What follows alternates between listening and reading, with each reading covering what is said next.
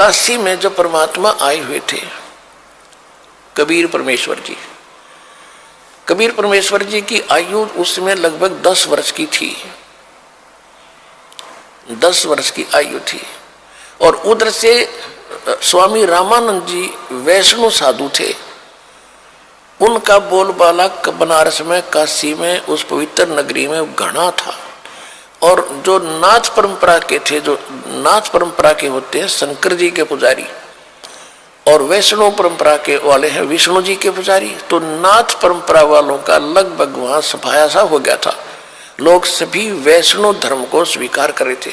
तो गोरखनाथ जी को भेजा गया वहां से पितरलोक से कि नाथों का तो नाश कर दिया रामानंद ने, और उसके साथ तू चर्चा करके उसने फेल करके आ, तब जनता इस नाथ पंथ को स्वीकारेगी। तो गोरखनाथ वहां आ गया, कहाँ? काशी में।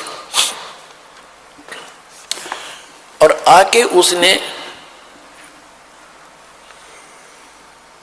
रामानंद जी के पास एक पर चिट्ठी भिजवा दी कि मेरे साथ चर्चा करो, गोष्ठी करो, ज्ञान गोष्ठी।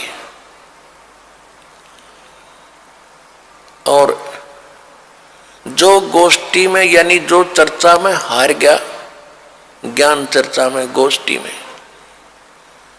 तो वो जीतने वाले का शिष्य बनेगा, और जितने उसके शिष्य होंगे वो सारे उस जीतने वाले के शिष्य बनेंगे। अब रामानंद जी के पास केवल ज्ञान था और उसके पास केवल सिद्धि थी। इस बात का स्वामी रामानंद जी को पता था कि लोग चमत्कार को ज्यादा मानते हैं, और वो जाते ही कोई सिद्धि दिखा देगा और सभी ताड़ी पीट देंगे और मैं हारूंगा, वो जीतेगा और नाश होगा, बैठा बैठेगा भक्ति मार्ग का। बहुत चिंतित था। और परमेश्वर कबीर साहब जी ने उनको हालांकि सब कुछ दिखा भी दिया था, और वो कबीर साहब उनके शिष्य भी हो चुके थे। वैसे लोग दिखावा शिष्य थे, लेकिन वास्तव में वो तो एक परंपरा निभाने के लिए शिष्य बने थे भगवान, और रामानंद जी को गुरु मानते थे। तो रामानंद जी से परमात्मा ने पूछा, कबीर जी ने, कि हे गुरुदेव, आज कैसे टेंशन ले रहे हो आप कुछ चेहरा उतरा हुआ लगता है, क्या समस्या आ गई? अपनी कोई संगत में दिक्कत आ गई है, क्या बात है? अब रामानंद जी ने बताया कि गोरखनाथ एक सिद्ध पुरुष आया है। उन्हें गोरखनाथ का नहीं पता था कि गोरखनाथ है, वो तो परमात्मा ने बताया कि तो गोरखनाथ है। मालिक ने पहचाना उसको कि एक नाथ आया है और सिद्धि में बड़ा पहुंचा हुआ बताते हैं, और ऐसे ऐसे शर्त रखी है और वो सिद्धि दिखा देगा, लोग ताड़ी पीट देंगे, मैं हारूंगा, वो जीतेगा, वैष्णव पंथ का नाश होगा। अब कबीर साहब ने कहा, देखो गुरुदेव, वो भी संत हैं, आप भी संत हैं, हम आपके साथ चलेंगे, कोई बात नहीं, हार जीत तो होती ही है, देखते हैं उनको क्या कुछ ज्ञान गोष्ठी होती है। रामानंद जी को भी बुद्धि बदली, परमात्मा ने हिम्मत दी, वो जान गए अगर जब कबीर साहब कह रहे हैं तो ये कोई बात नहीं, चिंता का विषय नहीं। कहने लगे ठीक है बच्चा, चलो। अब उस दिन अन्य जो शिष्य थे रामानंद जी के, उन्होंने अपना वैष्णव वाला वेशभूषा नहीं तैयार करी। वो क्या करते हैं, एक गले के अंदर एक तुलसी की एक मणिये की कंठी बोलना है, उसने एक कमन का होता उसमें तुलसी का मोटा सा, उसको कहते हैं वैष्णव परंपरा से दीक्षित की पहचान होती है। और एक लंबा सा तिलक लगाते यहां से यहां तक, इस तरह एक फावड़ी लेते हाथ में, एक ऐसे, यानी वो एक झोली लेते हैं, झोली, ये उनका एक वेशभूषा होती है। और तक किसी ने बनाई नहीं, हारा तक, और ये हमने जबरदस्ती वहां बनाओगे फिर, इसलिए हम अपनी पहचान दिखाते को नहीं। उस दिन कबीर साहब सारा वो वैष्णव परंपरा वाले सारे श्रृंगार करके गए और गोरखनाथ जी को भिजवा दिया गया, ठीक है भाई, आपकी गोष्ठी का निमंत्रण हम स्वीकार करते हैं। उस स्थान पर पहुंच गए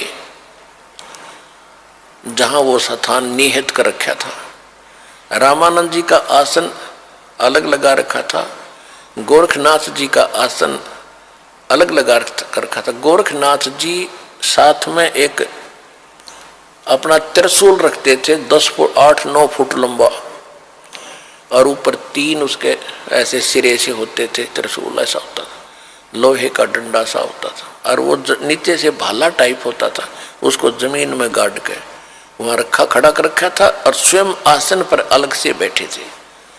उधर से रामानंद जी का आसन ऊंचा था।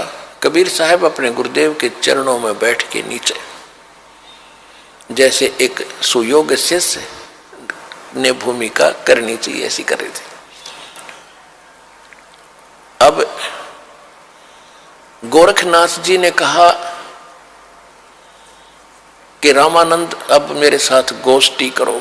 रामानंद को खबर पठाई, चर्चा करो मेरे संग आई।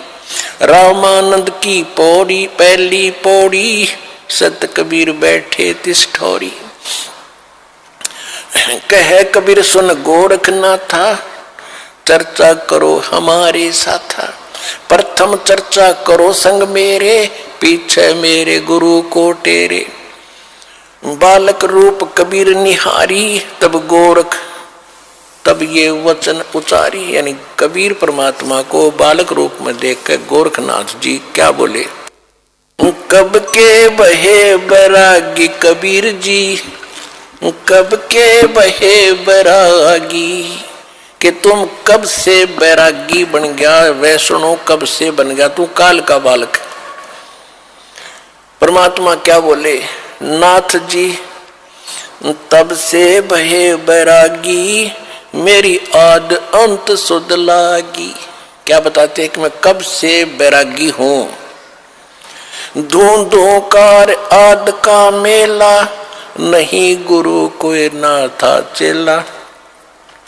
तब का तो हम योग उपासा, और जब का फिरूं अकेला। धरती नहीं जद का टीका दीना, धरती नहीं जद की टोपी दीना। तेरा ब्रह्मा नहीं था जद का टीका, और शिव शंकर से योगी ना थे, मेरा तब का जोड़ी शक्का। द्वापर की हम करी फावड़ी, त्रेता का हम दंडा। सतयुग मेरी फिर दुहाई, और कलयुग फिरो नौखंडा। गुरु के बचन साध की संगत, अजर अमर घर पावे। कहे कबीर सुनो हो गोरखे, हम सबको तत्व लखावे।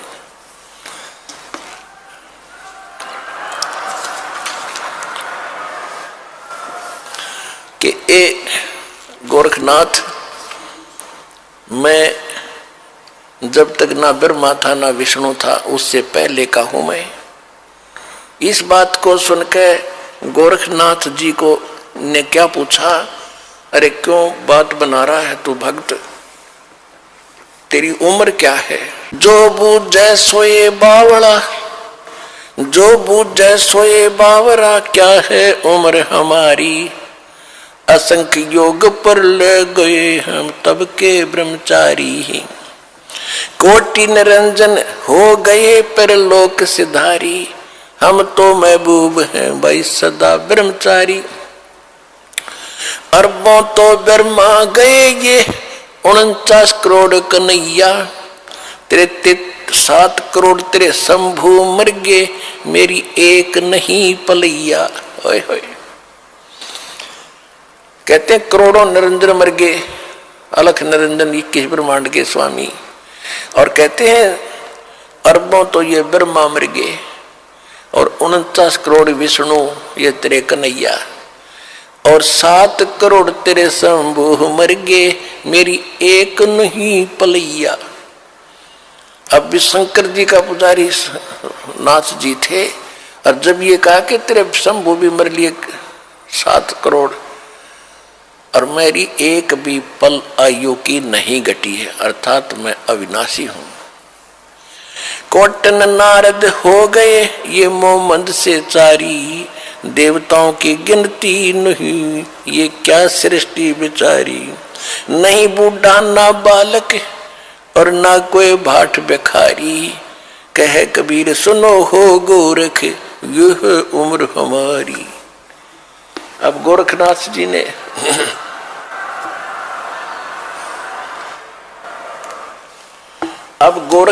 जी ने सोचा भाई ये तो घनी घनी बात बना हुआ है ये बच्चा, और सुनने वाले खुश हो रहे थे। एक छोटे से बालक ने कितना गजब का उत्तर दे दिया।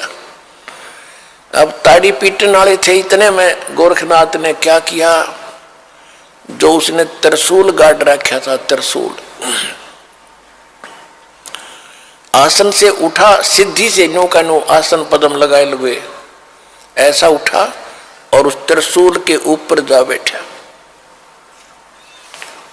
ये देखिएगा। और परमात्मा ने क्या किया, परमात्मा ने कहा कि गोरखनाथ अब मैदान छोड़कर भाग मत।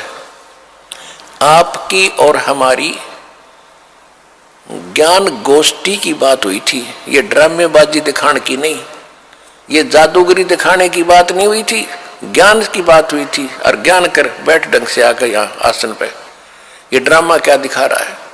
लोगों ने ताली पीट दी क्योंकि वो बैठ गए ऊपर जाके। तो गोरखनाथ ने कहा कि अगर तुम्हारे अंदर कोई ताकत है भगवान की, मेरे बराबर आकर बैठ, तब मैं गोष्ठी करूंगा तेरे से।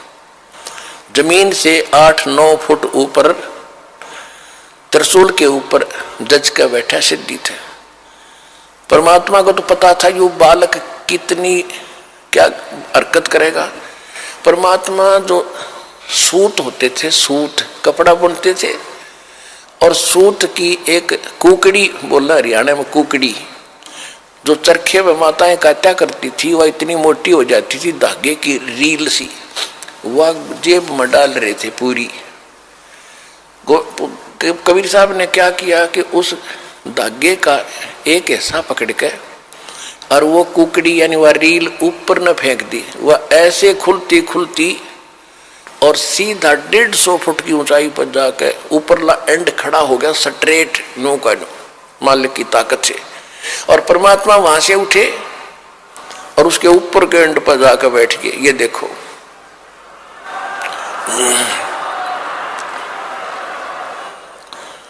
अब वो नाथ जी बोना सा दिखे, 150 फुट का 9 फुट ऊंचाई। अब गोरखनाथ जी, कबीर साहब ने कहा कि ले नाथ जी, अगर बराबर बैठ के ही चर्चा करनी है तो आजा बेटा यहां मेरे बराबर में।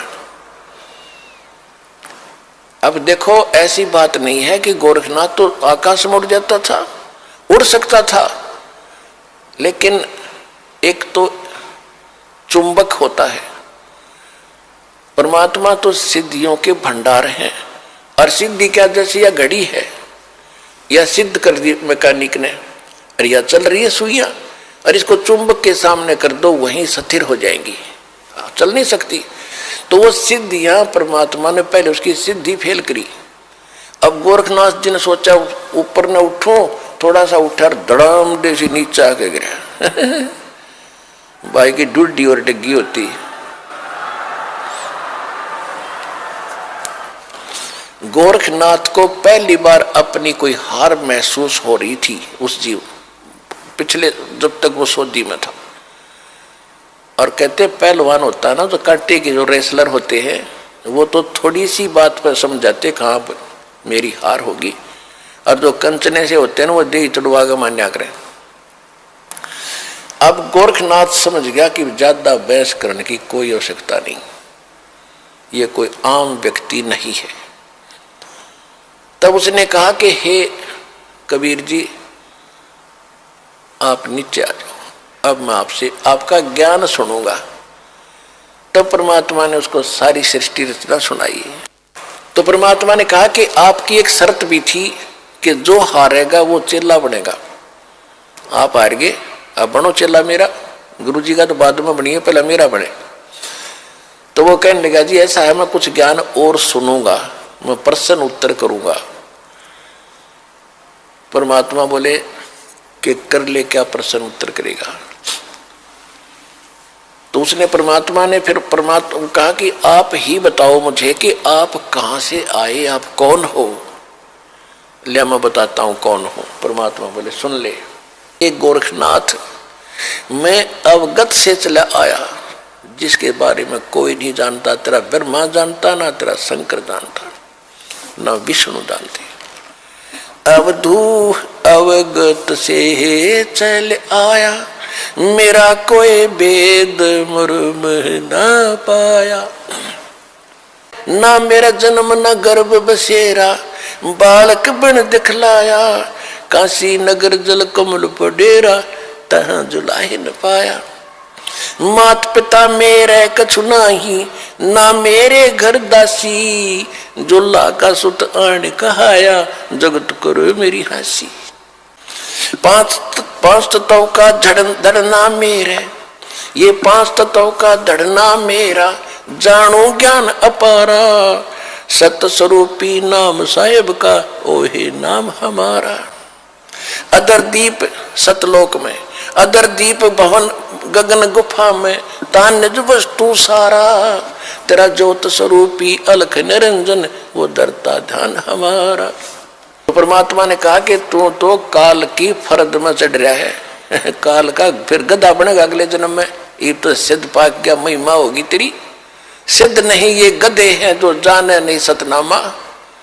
कहते जिनके पास सतनाम नहीं वो आज भी गधे हैं, वो सिद्ध नहीं है। हम उसको सिद्ध पुरुष कहते थे।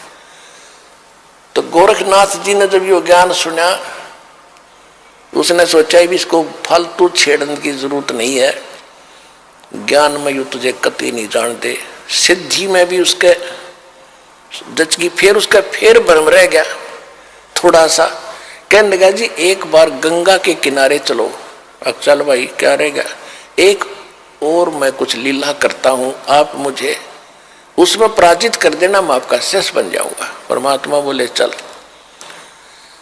गोरखनाथ जी गंगा के अंदर छलांग लगा गए और एक मछली का रूप धारण कर लिया। और घनी मछली वहां पर। तो उसने कहा था कि मैं इसमें छलांग लगाऊंगा और मुझे आप खोज देना दरिया से, फिर मैं आपको गुरु बना लूंगा। अब गोरखनाथ जी ने छलांग लगाई, मछली रूप बना लिया। परमात्मा ने छलांग लगाई, वह मछली पकड़ कर टीटवी बाहर लिया और बाहर काट के गोरखनाथ बना दिया।